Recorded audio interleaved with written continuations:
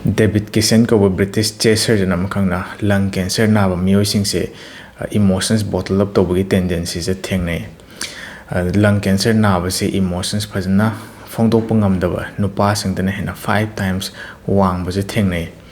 emotion repress tobaga smoking tobaga ani makse punna work to minarakanna lung cancer nahan bani habase thengnei aduga emotion repression to boi chang se yam severe orimatic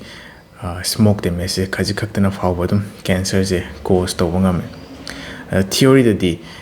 emotion express to bangam da basina unhealthy behavior mayam promote to emotion express to bangam da budugi mahut sinaba oina aduga akogi neuroendocrine system se dysregulate to hale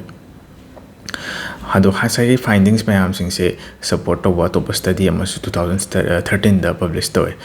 sidana emotion suppress to basiga nganna sibasiga mari leina was thengnai sibagi cause cardiovascular disease amasung cancer su yauri churup thakpana cancer na halli haibase koi toina tai adu churup thakpa mi khudimakti amuk cancer na de emotion suppress to basina koi gi health ta su yama soba role ma yawani